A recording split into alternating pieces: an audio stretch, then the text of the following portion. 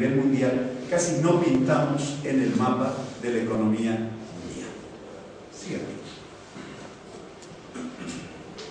Bien, ¿cómo se ha desempeñado esta producción que nosotros hemos tenido en los últimos años? Los economistas a veces hablamos en porcentajes, ¿no? Es decir, en cuánto ha aumentado el producto, en vez de decir en 300.000 bolivianos, decimos en tanto por ciento, ¿no? Y desde el año 2000 vemos nosotros que, por ejemplo, en el año 2000 el Producto Interno Bruto había crecido 2,5, etc. Pero a partir del 2004 encontramos, es decir, un crecimiento relativamente interesante, es decir, por encima del 4%, 4,17%, y llegamos al momento pico, que fue el año 2008, el anteaño pasado, donde llegamos al 6,15%. El crecimiento más alto de los últimos 20 años. En toda la década del 90, llegamos hasta el 6% en el 98, el 6,15% fue un crecimiento importante. Sin embargo, el crecimiento del 2009 fue de 3,36%.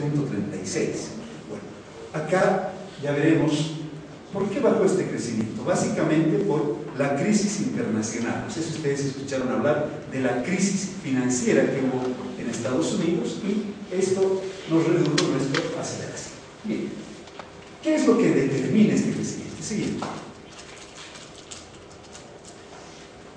Durante este primer semestre del año 2010, los sectores más importantes de actividad fueron la construcción, que creció en 10,20%, un sector muy dinámico. Bueno, basta salir por la ciudad de La Paz y no encontramos un lugar donde no estén construyendo edificios, casas, garajes, todo lo que ustedes quieran. Entonces la dinámica está concentrada en la construcción. También fue importante el transporte y comunicaciones, con un crecimiento del 7,59%, y hablemos de la agropecuaria, el sector rural no tuvo un resultado muy satisfactorio, ni siquiera llegó al 1%. La minería tampoco, es decir, tuvo un crecimiento muy satisfactorio, es decir, al 0,72%, pero veamos, la industria manufacturera creció al 4%. Es decir, durante este primer semestre de este año, ya vemos que se destacan la construcción, el transporte, servicios y también las actividades petroleras. ¿Sí? Bueno, ¿y quiénes se llevan? ¿Dónde se produce más? Si nosotros hablamos de nuestros 9 departamentos. En nuestros 9 departamentos, simplemente si vemos el año 2006, que son los últimos datos actuales, el departamento que concentra la mayor cantidad de producción es Santa Cruz, con el casi 29% de la producción total se genera en Santa Cruz, casi un tercio de nuestra producción. Le sigue La Paz con un cuarto de toda la producción, con un 24% de aporte al producto, Cochabamba con un 16,08%. Los otros departamentos no llegan, es decir, a excepción de Tarija, ni siquiera al 5%, como el caso de Palma, Beni, Potosí, que son departamentos que en territorio no son pequeños, pero en economía son las economías más pequeñas. Debemos destacar el caso de Tarija. El año 2006 aportaba al producto con el 13% del producto, y mientras que el año 2000 con el 5,26%. Tal vez es el departamento que más se ha destacado en términos de crecimiento y de aporte al producto. La respuesta es obvia, es decir, todo lo que está sucediendo con el petróleo y el gas se responde por este crecimiento de Tarija. Sí. Bien, decíamos que, ¿cómo explicamos este comportamiento en el caso de Bolivia? Lo que le pasa al mundo, si el mundo se enferma fuertemente, al menos a nosotros nos da temperatura, ¿no? Es decir, lo que pasa en el mundo de alguna manera nos va a pegar a nosotros. Esta línea azul es el crecimiento mundial y la línea roja es el crecimiento de Bolivia.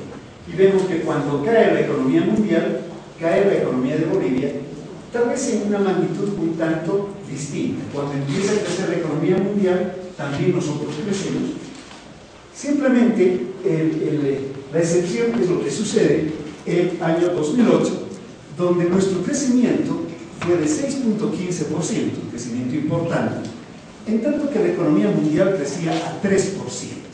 Y esto es lo que llaman algunos teóricos el tema de la desconexión. Bolivia, poníamos, se empieza a desconectar del ciclo de la economía mundial. no había sido tan cierto, porque el siguiente año la caída de la economía mundial fue muy fuerte y también a nosotros no nos fue tan bien. Esto de la relación con el mundo nos lleva al tema de las importaciones y las exportaciones. Si se fijan ustedes, es decir, más o menos hasta el año 2003, desde el año 90, nunca nuestras exportaciones pasaron de los 2.000 millones de dólares. Cuando alcanzábamos 1.500 millones de dólares, había que hacer fiesta. Bueno, a partir del año 2004, es decir, hay una tendencia creciente en nuestras exportaciones y el año 2008 alcanzamos a la cifra de casi 6.900 millones de dólares de exportación. Es decir, estas son buenas noticias para el país, porque cuando uno exporta, ¿qué recibe de fuera? Recursos, puede pagar, es decir, utilizar mayor número de trabajadores, etc. El año 2009 bajan, pero a 5.300 debido a la contracción de la economía mundial. Por otro lado, las importaciones, si nosotros nos fijamos, casi siempre, hasta el año también 2003, importábamos más de lo que exportábamos, comprábamos del exterior más de lo que importábamos, y a partir del 2004 se invierte, exportamos más de lo que importamos, ¿no? Es decir, la línea roja, si se fijan, está por debajo de la línea negra, que son las importaciones. Pero a partir de este momento se ve este quiebre, donde las exportaciones son mayores a las importaciones, y esta línea azul es cuánto nos sobra.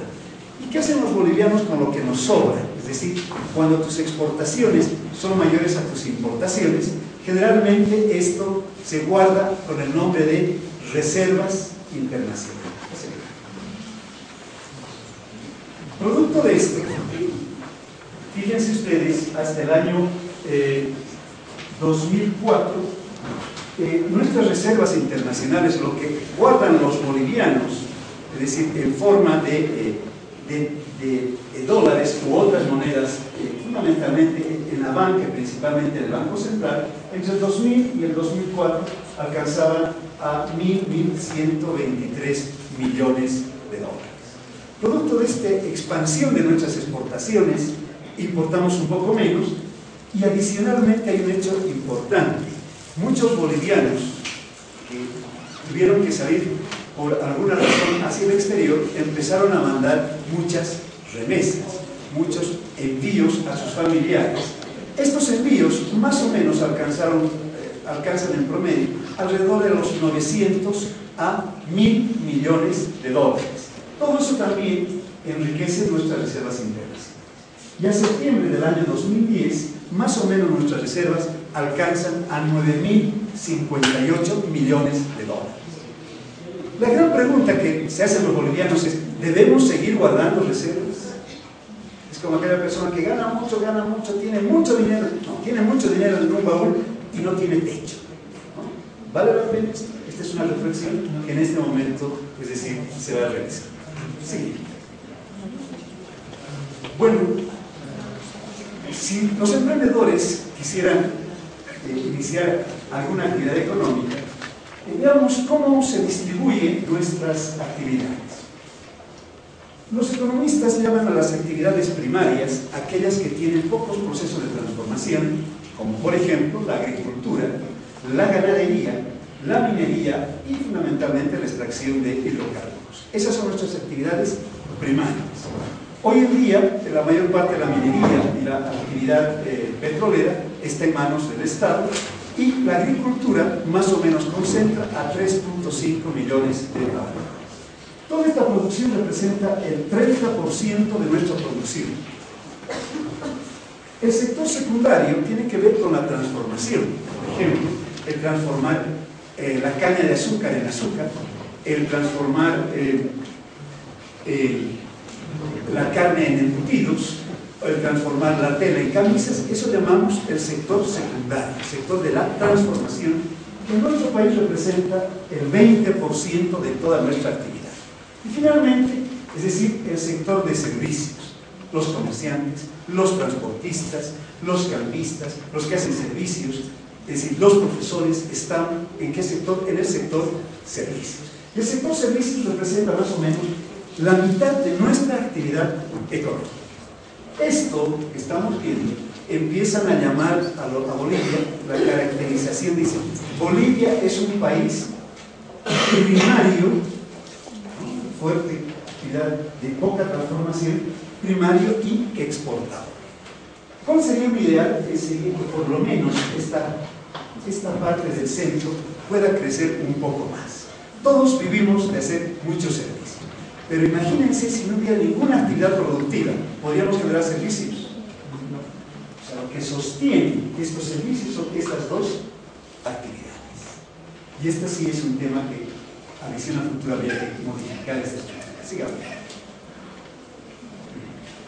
Bien, otro elemento que hace que este crecimiento no sea muy grande es cuando hablamos de nuestras unidades económicas.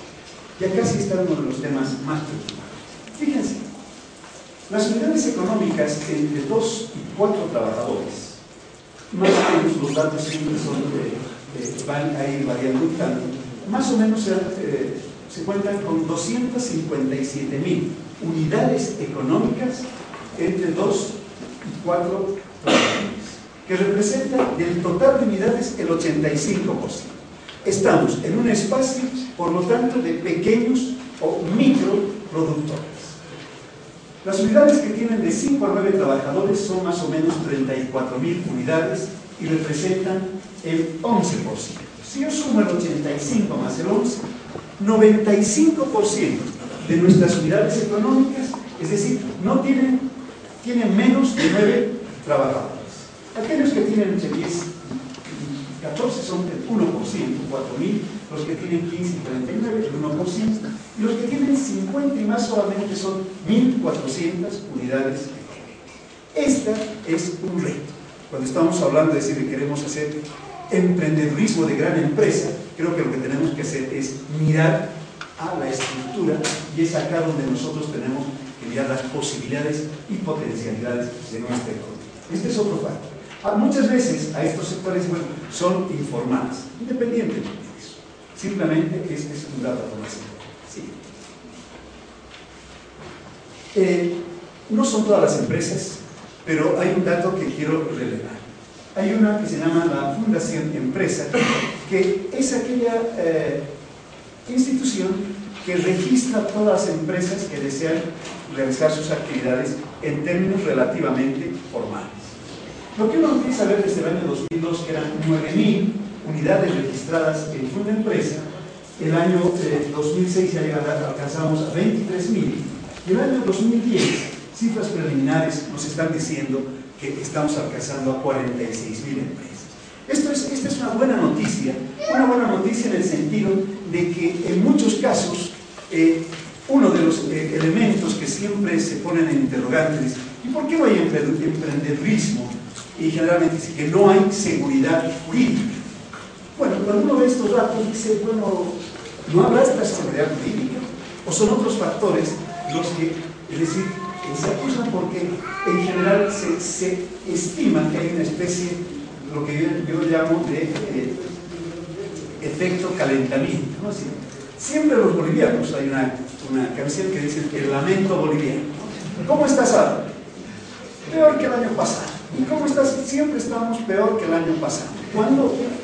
Es decir, que tenemos que quitarnos esta sensación térmica del peor que el año pasado. Y está viendo que estos datos no me estoy inventando, son datos, pueden cuestionarse, pero nos dan una evidencia. Sigamos. Bien. Otro elemento importante es la productividad que tienen, es decir, los trabajadores o las personas que trabajan. Generalmente, ¿qué es la productividad? ¿Cuántas unidades de producto genera cada trabajador? Esa es la productividad. Cuanto mayor productividad, esto significa que podemos bajar precios, ganar más y tener mejores salarios. Esos 3 elementos. Y acá sí tenemos graves problemas. En la mayor parte de los países,